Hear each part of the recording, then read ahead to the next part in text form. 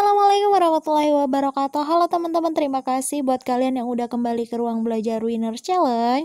Hari ini kita akan ngebahas soal tes karakteristik pribadi. Namun sebelum kita lanjut ke pembahasan soalnya, alangkah baiknya kalau teman-teman mengerjakan soal latihannya terlebih dahulu. Link soalnya ada di deskripsi. Selamat mengerjakan. Oke, kita lanjut aja langsung ke soal pembahasannya ya teman-teman. Kalau teman-teman udah selesai mengerjakan latihannya, silakan disimak video pembahasannya. Nomor 1. Anda dipercaya oleh kepala dinas di tempat Anda bekerja sebagai kepala bagian perencanaan yang membawahi seluruh puskesmas di suatu kabupaten. Menjelang akhir tahun, petugas perencanaan puskesmas sudah mengumpulkan rencana anggaran masing-masing. Tiba-tiba ada seorang anggota DPR, sahabat Anda, mengatakan akan memberikan donasi dana kesehatan. Namun sebagai gantinya, dia meminta supaya di beberapa kegiatan puskesmas mengundangnya sebagai narasumber. Karena saat itu menjelang pemilu dan dia berencana mencalonkan dirinya kembali. Hal ini tentu saja akan membuat rencana anggaran yang sudah disusun oleh puskesmas berubah. Maka sikap Anda adalah A. Memintanya memikirkan kembali idenya. B. Menolak tawaran tersebut dan memberikan pengertian bahwa hal itu akan memberatkan puskesmas karena harus merubah rencana anggarannya. C. Menolak dan memberikan alternatif solusi agar bekerja sama dengan instansi lain. D. Menyetujui ide tersebut agar tidak terjadi konflik. E. Menghentikan idenya dan menolak dengan tegas terkait profesionalisme kerja. Jadi yang mana teman-teman, menurut teman-teman, yang mana sih yang paling bagus? Di tes karakteristik pribadi ini nggak ada benar salah ya teman-teman, semuanya udah pasti tahu. Kalau nilai di TKP itu pakai poin jadi 1-5. Jadi menurut teman-teman nomor 1 ini yang mana poinnya 5? Kita langsung simak jawabannya. Jawabannya yang poinnya tinggi itu 5, yaitu C teman-teman. Menolak dan memberikan alternatif agar ia bekerja sama dengan instansi lain. Ini terkait dengan profesionalisme kerja. Jadi walaupun di sini status Anda adalah kepala bagian perencanaan, Anda tidak boleh egois untuk memutuskan menyetujui ide tersebut. Karena teman-teman Anda juga sudah menyusun rencana anggarannya sedemikian rupa, dan kalau seandainya Anda menyetujui, itu akan membuat pekerjaan mereka jadi berantakan dan harus mengulang lagi. Jadi terkait profesionalisme, walaupun yang minta tadi itu sahabatnya, tetap harus menolak. Tapi menolaknya dengan cara yang baik ya teman-teman. Kita lanjut ke soal nomor 2. Anda adalah seorang guru bimbingan konseling di sebuah sekolah menengah kejuruan yang terletak di perbatasan kota. Banyak siswa yang pada saat sudah mengikuti proses belajar merasa bahwa dirinya salah jurusan karena tidak kunjung menemukan passionnya di jurusan tersebut. Tidak sedikit pula orang tua yang berkonsultasi kepada Anda dan mengeluhkan tentang anak-anaknya yang kehilangan semangat belajar karena merasa tidak cocok dengan jurusannya. Mereka meminta agar anak-anak mereka dipindahkan ke jurusan yang mereka minati. Apa yang akan Anda lakukan untuk menghadapi hal tersebut? A. Mengusulkan kepada kepala sekolah untuk membuat kebijakan yang tegas agar tidak ada yang ingin beralih jurusan dan tetap semangat belajar. B. Memfasilitasi siswa yang ingin pindah jurusan dengan beberapa prosedur dan biaya. C. Berkonsultasi dengan kepala dan wakil kepala sekolah guna memfasilitasi siswa yang ingin pindah jurusan. D. Mendengarkan keluhan siswa dan orang tua, memberikan pengertian kepada mereka bahwa itu keputusan di awal memilih jurusan dan mereka harus menerima konsekuensinya dan bertanggung jawab atas pilihannya. Atau E. Mengumpulkan siswa yang ingin pindah jurusan lalu mengurusnya sendiri. Menurut teman-teman yang mana nih statusnya sebagai guru BK, kemudian dia harus menghadapi siswa dan orang tua yang mengeluh tentang salah jurusan nih teman-teman. Kira-kira yang mana jawabannya? Kita simak jawabannya. Jawaban dengan poin tertinggi itu C ya teman-teman, berkonsultasi dengan kepala dan wakil kepala sekolah guna memfasilitasi siswa yang ingin pindah jurusan. Oke, sebagai pelayan publik Anda harus tentu saja mendengarkan keluhan siswa. Namun tidak cukup hanya dengan memberikan pengertian. Anda juga harus berkonsultasi dengan pihak-pihak yang berwenang untuk pindah-pindah jurusan. Ini kan bukan wewenang guru BK ya teman-teman. Jadi harus ada sinergi antara guru BK, kepala sekolah, dan pihak-pihak yang terkait. Oke, kita lanjut ke soal nomor 3. Anda dan seorang rekan diberi tugas sebagai tim perencanaan anggaran untuk instansi Anda. 2 hari lagi adalah deadline untuk pengumpulan dokumen perencanaan instansi Anda. Sedangkan Anda harus pergi keluar kota untuk menghadiri resepsi pernikahan adik bungsu Anda. Maka yang Anda lakukan adalah A. Tetap mengerjakan tugas perencanaan walaupun sedang di dalam perjalanan keluar kota dan terus berkomunikasi dengan rekan kerja Anda. B. Mengerjakan tugas sebelum berangkat dan menyerahkan selanjutnya kepada rekan Anda. C. Mendelegasikan tugas kepada rekan Anda dan memberinya kompensasi penuh karena keluarga mengharapkan kehadiran Anda. D. Menyerahkan seluruh tugas perencanaan kepada rekan kerja Anda agar pekerjaan tetap dapat berjalan dengan lancar. Atau E. Mengerjakan pekerjaan tersebut setelah menghadiri acara resepsi karena Anda berencana untuk hadir sebentar saja. Kira-kira jawaban yang mana nih teman-teman? Dia punya deadline kerja tapi juga harus banget menghadiri resepsi pernikahan, apalagi pernikahan adiknya. Jawaban yang tepat yang mana? Kita lihat kunci jawabannya. Jawaban yang tepat itu A ya teman-teman. Tetap mengerjakan tugas perencanaan walaupun sedang di dalam perjalanan keluar kota dan terus berkomunikasi dengan rekan kerja Anda. Karena ini terkait dengan perencanaan anggaran ya teman-teman, dia tidak bisa lepas tangan walaupun dia di situ tugasnya berdua dengan rekannya, tapi dia tetap harus bertanggung jawab. Ini terkait dengan penilaian profesionalisme kerja. Lanjut ke soal nomor 4. Anda seorang ASN guru yang baru saja dimutasi ke suatu daerah yang penduduknya masih kesulitan berbahasa Indonesia. Masyarakat di daerah tersebut terbiasa menggunakan bahasa daerah untuk berkomunikasi sehari-hari. Bahasa daerahnya cukup asing bagi Anda dan membutuhkan waktu yang cukup lama untuk mempelajarinya. Apa yang akan Anda lakukan? A. Acuh tak acuh saja, karena Anda yakin bahwa sebentar lagi juga akan dimutasi ke daerah lain lagi. Lebih baik mengajarkan sesuatu yang lebih bermanfaat di sana. B. Menjelaskan kepada tokoh masyarakat setempat bahwa Anda tidak bisa bahasa daerah yang digunakan oleh masyarakat sekitar agar tidak terjadi kesalahpahaman. C. Berusaha mempelajari bahasa sehari-hari dengan usaha sendiri semaksimal mungkin. D. Berusaha mempelajari bahasa sehari-hari untuk memulai percakapan dan meminta bantuan tokoh masyarakat untuk membimbing. Atau E. Merasa sedikit canggung dan mengajukan permohonan mutasi ke tempat lainnya agar bisa mengajar dengan maksimal. Jawaban yang tepat yang mana teman-teman? Iya, jawaban yang dengan nilai poin tertinggi yaitu D. Berusaha mempelajari bahasa sehari-hari untuk memulai percakapan dan meminta bantuan tokoh masyarakat untuk membimbing. Ini terkait dengan aspek penilaian sosial budaya ya teman-teman.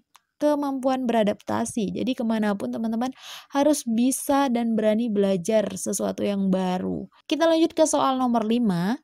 Pandemi COVID-19 mengharuskan siswa dan guru melakukan kegiatan belajar mengajar secara online. Ada beberapa aplikasi yang dapat digunakan untuk melakukan pembelajaran jarak jauh.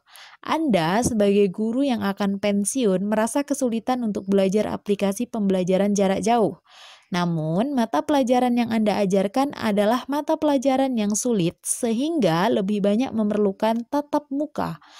Maka sikap Anda adalah A. Tidak ingin merepotkan siswa untuk mempelajari aplikasi jarak jauh, hanya memberikan tugas dan meminta siswa untuk belajar mandiri saja masing-masing. B. Tetap mempelajari cara mengoperasikan aplikasi pembelajaran jarak jauh. dan melaksanakan pembelajaran beberapa kali saja. Pada pertemuan-pertemuan itu memberikan tugas yang harus dikerjakan untuk penilaian. C. Tetap mempelajari cara mengoperasikan aplikasi pembelajaran jarak jauh karena itu merupakan kebutuhan Anda. D. Memberikan tugas kepada siswa dan meminta kerja sama orang tua untuk memantau perkembangan pembelajaran siswa. E. Memberikan tugas door-to-door kepada siswa agar dapat mendengar langsung proses pembelajaran di rumah dan orang tuanya. Oke teman-teman, menurut teman-teman jawaban yang mana? Sebenarnya dari soal kita udah bisa menganalisa bahwa tadi si guru harus mampu menguasai aplikasi pembelajaran jarak jauh. Artinya aspek penilaian yang akan dinilai dalam soal ini adalah teknologi informasi dan komunikasi. Jawabannya adalah C, tetap mempelajari cara mengoperasikan aplikasi pembelajaran jarak jauh karena itu merupakan kebutuhan Anda. Jadi, oke kita lanjut ke soal nomor 6. Anda berprofesi sebagai perawat di rumah sakit pemerintah. Saat pandemi COVID-19, rumah sakit tersebut menjadi rumah sakit rujukan pasien COVID-19. Angka kasus COVID-19 di daerah Anda tergolong tinggi. Anda selalu merasa was-was ketika pulang dari kerja karena barang-barang yang Anda kenakan kemungkinan besar bisa membawa virus masuk ke rumah Anda. Sikap Anda terhadap kondisi tersebut adalah A. Setiap Anda pulang kerja, Anda minta untuk disemprot desinfektan. B. Selalu menerapkan protokol kesehatan dimanapun berada serta mengganti pakaian sebelum pulang ke rumah. C. Biasa saja, kecemasan yang berlebihan justru membuat tindakan Anda tidak terkontrol. D. Selalu membiasakan cuci tangan sebelum masuk rumah. Atau E. Selalu mencuci semua peralatan rumah tangga yang akan Anda gunakan. Kita lihat jawabannya. Iya, benar. Jawabannya B. Selalu menerapkan protokol kesehatan dimanapun berada serta mengganti pakaian sebelum pulang ke rumah. Aspek yang dinilai adalah sosial budaya. Jadi ini merupakan sesuatu yang memang harus kita terapkan sekarang ya teman-teman di saat pandemi COVID-19 karena dengan menerapkan protokol kesehatan berarti kita saling menjaga satu sama lain. Lanjut ke soal nomor 7. Atasan Anda akan mengikuti rapat dengan komisaris perusahaan. Atasan Anda memerlukan beberapa berkas yang harus dibawa dan meminta Anda serta beberapa orang untuk membantu menyediakan berkas tersebut. Ada salah satu partner Anda yang menganggap tugas tersebut terlalu mudah, sehingga kurang serius dalam bekerja sama menyiapkan berkas yang diinginkan oleh atasan Anda. Sikap ini jelas akan berbahaya bagi keselarasan di tempat kerja. Sikap Anda adalah A. Meminta atasan bertindak tegas memberikan teguran agar masing-masing memahami tugas dan tanggung jawabnya dan bisa diajak bekerja sama. B. Mengajaknya bicara dan memberikan pengertian agar rekan Anda menyadari tugas dan tanggung jawabnya. C. Menyuruhnya mengerjakan tugas secepat mungkin.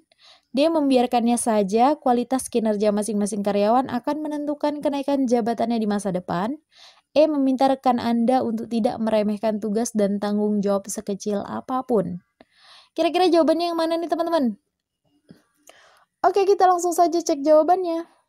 Jawaban yang tepat itu B ya teman-teman. Mengajaknya bicara dan memberikan pengertian agar rekan Anda menyadari tugas dan tanggung jawabnya. Jadi ketika ini berhubungan dengan jejaring kerja, jadi ketika rekan Anda melakukan kesalahan, maka yang harus Anda lakukan pertama kali adalah membantunya menyadarkan tentang kesalahannya tersebut. Kalau seandainya nanti di konteks soalnya ternyata dia tidak bisa disadarkan atau kalau seandainya dia tidak bisa disadarkan dan terus membela diri terhadap kesalahannya, berarti hal kedua yang harus dilakukan adalah melaporkan kepada atasan karena untuk memberhentikan wewenang Anda dan membiarkannya saja merupakan perbuatan yang buruk. Oke, kita lanjut ke soal berikutnya teman-teman, nomor 8. Anda bekerja sebagai bendahara di suatu instansi kesehatan pemerintah. Instansi Anda bekerja sama dengan sebuah CV untuk pengadaan alat tulis kantor. Petugas dari CV tersebut menawarkan kepada Anda untuk memberikan kwitansi kosong yang bisa Anda tulis isinya sesuai dengan keinginan Anda. Maka yang Anda lakukan adalah A. Menolak tawaran dari CV dengan bahasa yang baik karena bertentangan dengan hati nurani Anda. B. Menolak tawaran dari CV dan menghindari bertemu oknum yang menawarkan hal tersebut. C. Menolak tawaran dari CV dengan bahasa yang baik karena menyadari adanya potensi korupsi yang terjadi melalui proses tersebut. D. Menolak tawaran dari CV dan melaporkannya kepada atasan. Atau E. Menolak tawaran dari CV dan memutuskan untuk menghentikan kerjasama dengan pihak yang telah menawarkan hal buruk bagi instansi Anda. Oke, yang mana teman-teman kira-kira jawabannya? Kita langsung cek saja jawabannya. Jawaban yang tepat itu C ya teman-teman. Menolak tawaran dari CV dengan bahasa yang baik karena menyadari adanya potensi korupsi yang terjadi melalui proses tersebut. Ini terkait dengan profesionalisme kerja ya teman-teman. Jadi kalau misalnya ada sesuatu yang tidak baik, teman-teman harus menyadari bahwa itu akan merusak integritas diri teman-teman sendiri. Oke, nomor 9. Di sekolah tempat Anda bekerja terdapat perumahan khusus guru yang berdekatan. Pada jam istirahat, Anda melihat ada beberapa rekan guru yang bertempat tinggal di perumahan tersebut pulang. Tidak sedikit juga mereka yang pulang kembali ke sekolah tidak tepat waktu, maka sikap Anda adalah A. Bukan wewenang Anda untuk memberikan teguran. B. Mengajak mereka berbicara personal dan mengingatkan bahwa hal tersebut merupakan tindakan indisipliner. C. Menegur secara langsung. D. Membiarkannya saja jika sesekali tidak ada yang dirugikan. Mencari bukti tindakan indisipliner mereka dan memberikannya kepada pihak kepegawaian yang lebih berwenang untuk mengambil tindakan tegas. Oke, sebagai rekan kerja ini yang dinilai adalah jejaring kerja ya teman-teman. Sebagai rekan kerja yang baik, ketika teman atau rekan kerja Anda melakukan kesalahan, yang harus dilakukan adalah mengingatkan, menegur ya teman-teman, menegur atau mengingatkan mereka agar tidak melakukan kesalahan atau bertanggung jawab atas pekerjaannya. Kalau seandainya ternyata tidak bisa ditegur, maka teman-teman harus melaporkannya kepada atasan karena memberhentikan itu bukan wewenang Anda. Oke, kita lanjut ke soal nomor 10. Anda adalah ASN guru matematika di sebuah sekolah menengah atas atau SMA. Menjelang ujian semester, ada beberapa siswa yang belum paham dengan materi yang sudah Anda ajarkan selama 1 semester. Anda kemudian memberikan kesempatan kepada mereka untuk bertanya kepada Anda baik di kelas maupun di luar kelas. Ada satu murid yang menanyakan tentang materi matematika yang belum ia pahami. Sementara besok sudah ujian matematika. Namun murid tersebut menanyakannya kepada Anda di malam hari saat Anda hendak istirahat. Maka yang Anda lakukan adalah A. Menjawab pertanyaannya, B. Menjawab pertanyaannya dan memberikan pengertian bahwa hari sudah malam, kemudian Anda memberikan waktu untuk menjawab besok ketika sekolah. C. Mengabaikan pertanyaan murid tersebut karena sudah larut malam dan akan membalasnya besok pagi. D. Menegurnya dan meninggalkannya untuk tahu waktu dan menghargai waktu orang lain. Atau E. Tetap menjawab pertanyaannya dengan baik dan memberikan pengertian kepadanya agar di kesempatan lain jika bertanya tidak pada waktu istirahat malam.